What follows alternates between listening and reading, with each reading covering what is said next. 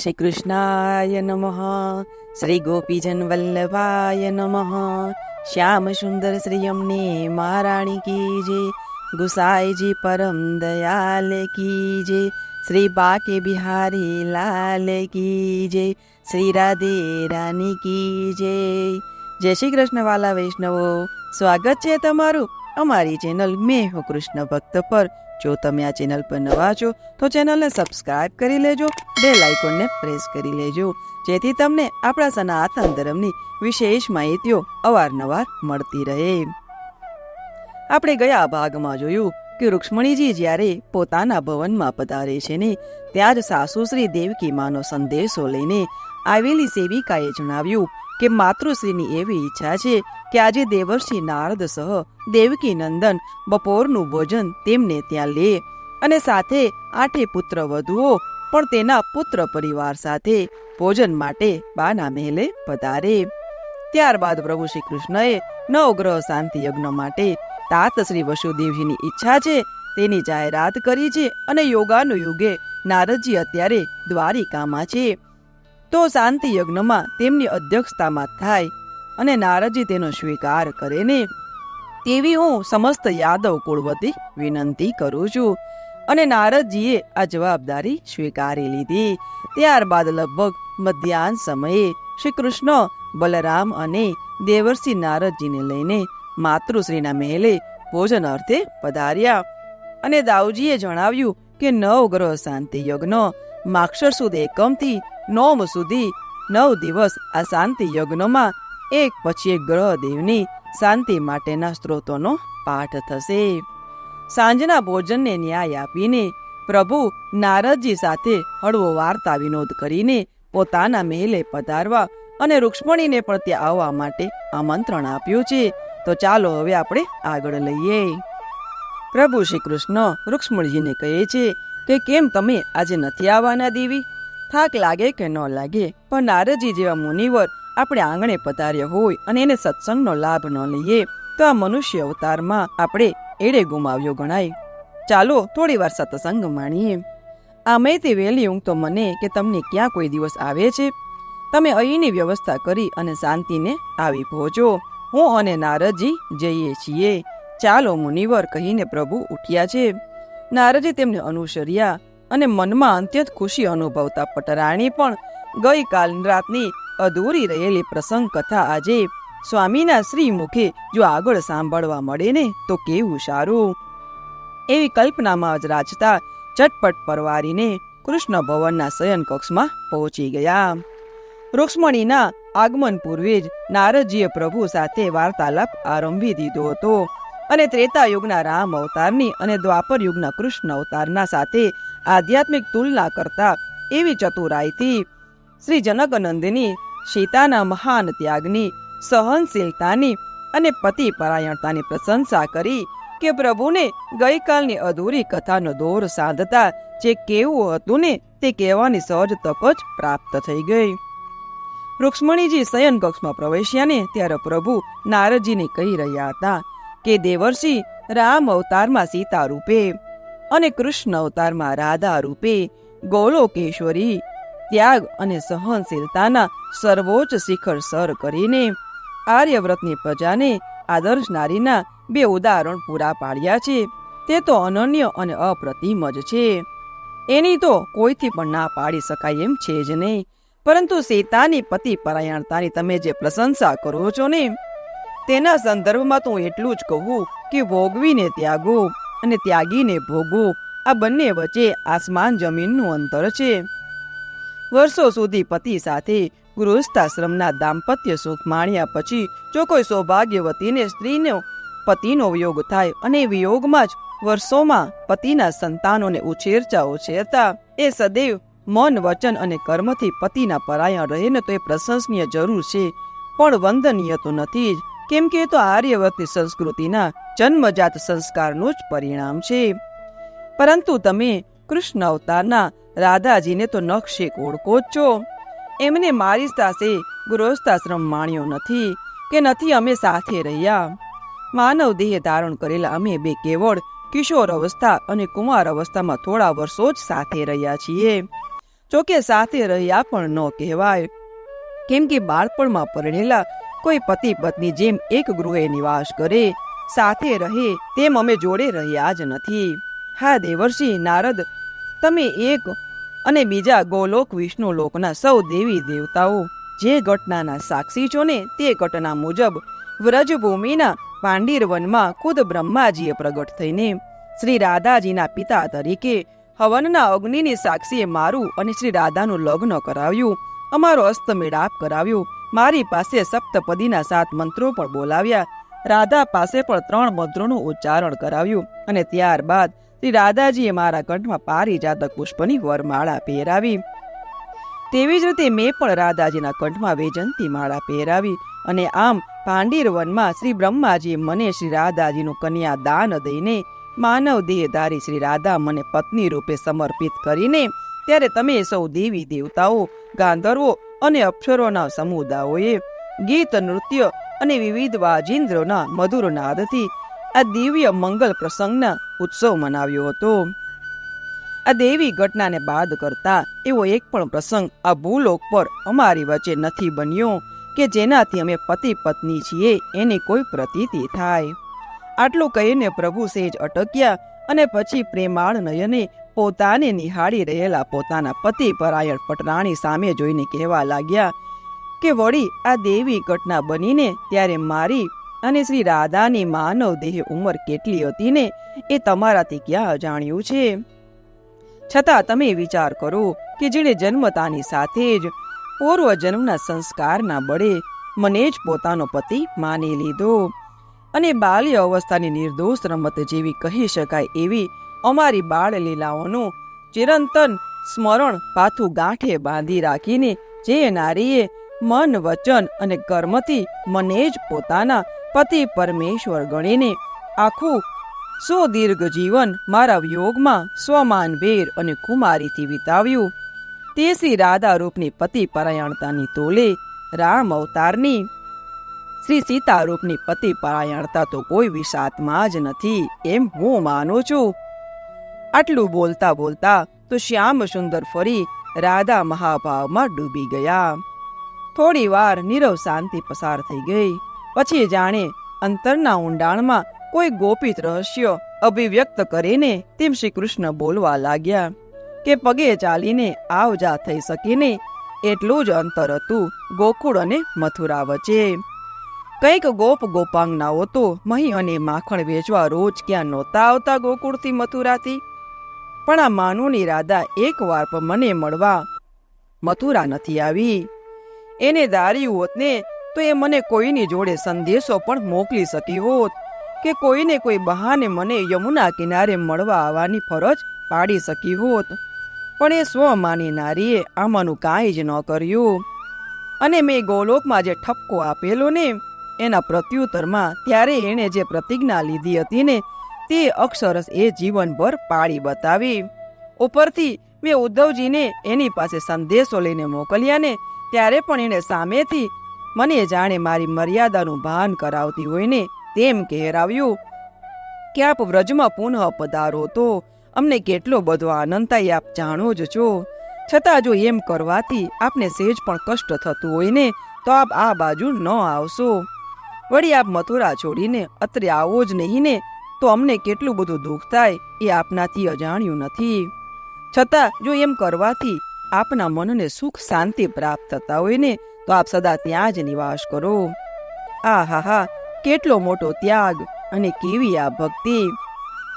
આટલું રહસ્ય તો અનાયાસે થઈ ગયું કે આયાસપૂર્વક પણ આ કથન પૂર્ણ થતાં જ જાણે પોતે દ્વારકાધીશ પોતાનું અસ્તિત્વ અંગીકાર કરી લેતા હોય ને એ રીતે શ્યામ સુંદરે શ્રી રૂક્ષ્મણી પાસે જળ માગ્યું. અને આજે તો વચ્ચે દાસીનો વિક્ષેપ પણ જેમને સ્વીકાર્ય નહોતો, તેથી પટરાણીએ પહેલેથી જળ પ્રબંધ કરી રાખ્યો હતો, એટલે પોતે જ ઉઠીને પ્રભુ માટે અને નારદજી માટે જળ પાત્ર ભરી લાવ્યા.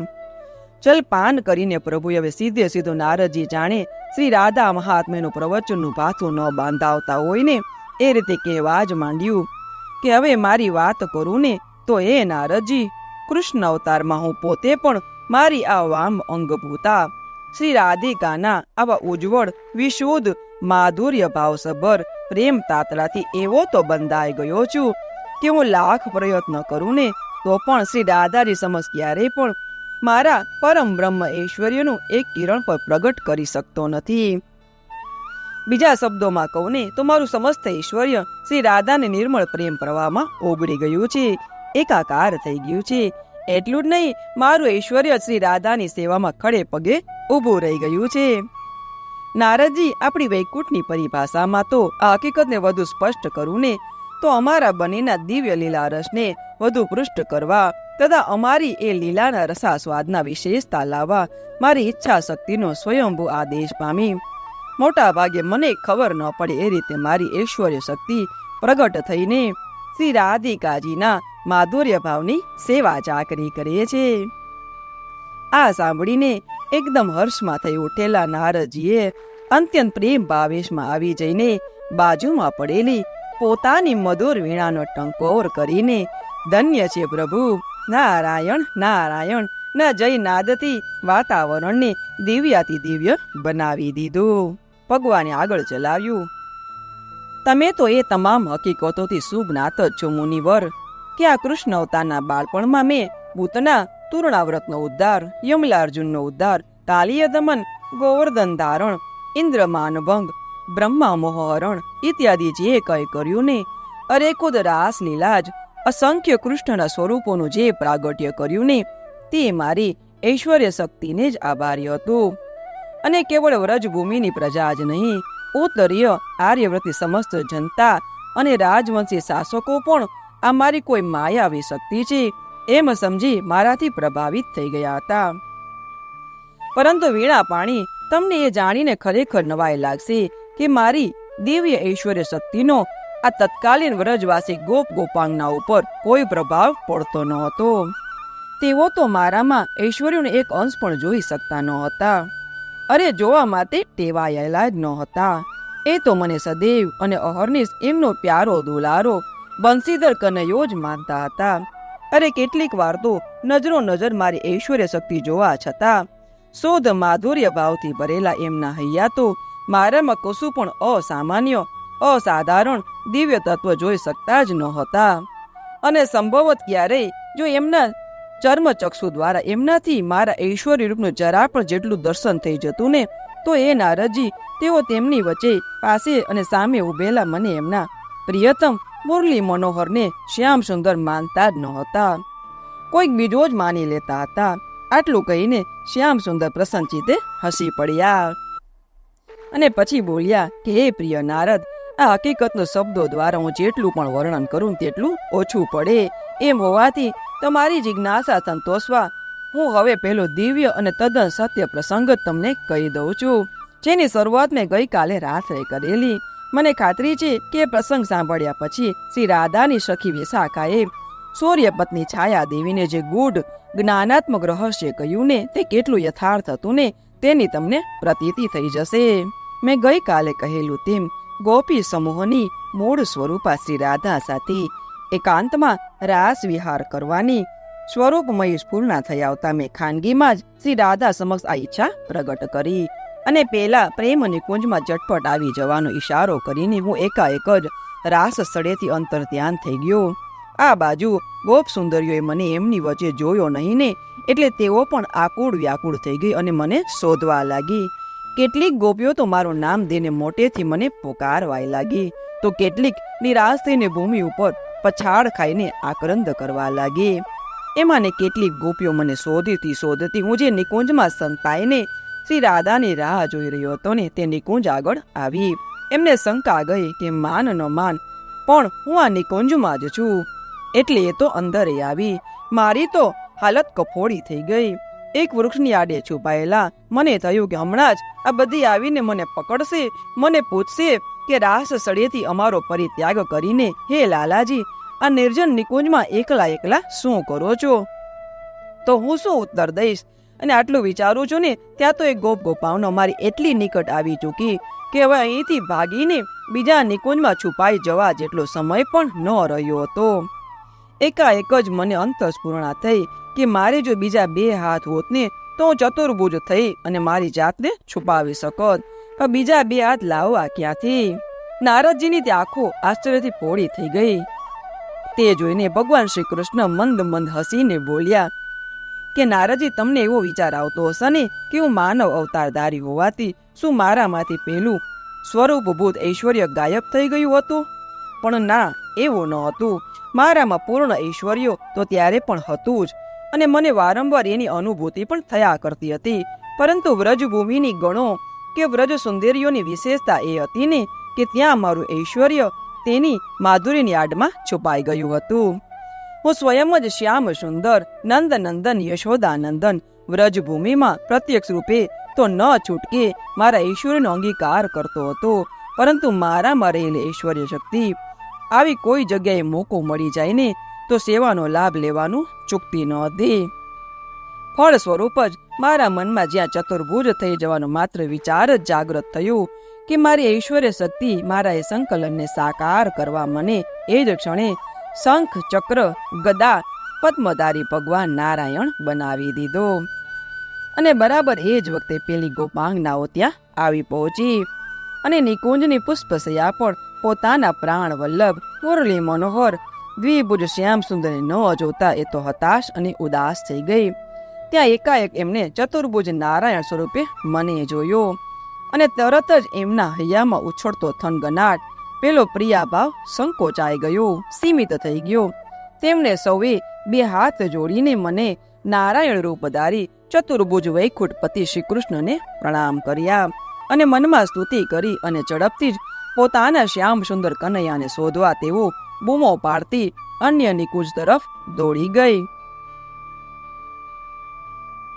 હે નારદજી, ત્યાર પછી થોડીક ક્ષણોમાં જ પૂર્વના સંકેત અનુસાર રાધાજી ત્યાં આવી પહોંચ્યા અને ગોપાંગનાઓ તો ચાલ્યા ગયા પછી પુનઃ નિર્જન અને નિર્વિઘ્ન બની ગયેલ આ નિકુંજમાં મારી પ્રાણ વલ્લભા શ્રી રાધાને આવેલી જોઈને હું તો અત્યંત પ્રફુલ્લિત થઈ ગયો.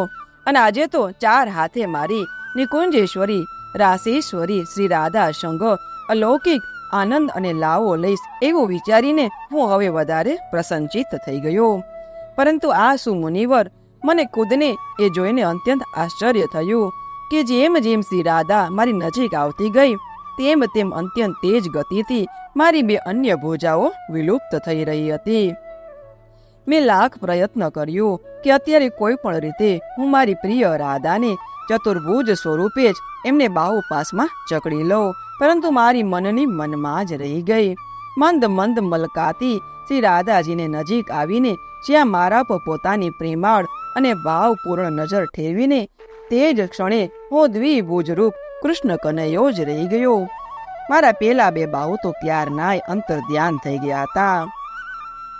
વ્રજભૂમિમાં બનેલો આ અભૂતપૂર્વ દિવ્ય પ્રસંગ પોતાની પટરાણીને ભક્ત શિરોમણી નારદજીને સંભળાવ્યા બાદ થોડી વધારે સ્પષ્ટતા કરવા ખાતર ભગવાન શ્રી કૃષ્ણે ઉમેર્યું કે મુનિવર, જોયું ને, આવો હતો મહાભાવરૂપ શ્રી રાધાજીના અપ્રતિમ માધુર્યનો વિલક્ષણ પ્રભાવ. એમની સામે મારી ઐશ્વર્ય શક્તિ કોઈ પણ રીતે પોતાના પ્રત્યક્ષ રૂપમાં ટકાવી શકતી જ નહોતી. હા, એ પણ સાચું છે કે અન્ય ગોપ સુંદરીનો ભાવ પણ શુદ્ધ માધુર્ય ભાવ જ હતો, પરંતુ રાધાના મહાભાવની સરખામણીએ એમનો ભાવ કંઈક અંશે ઉતરતો હતો.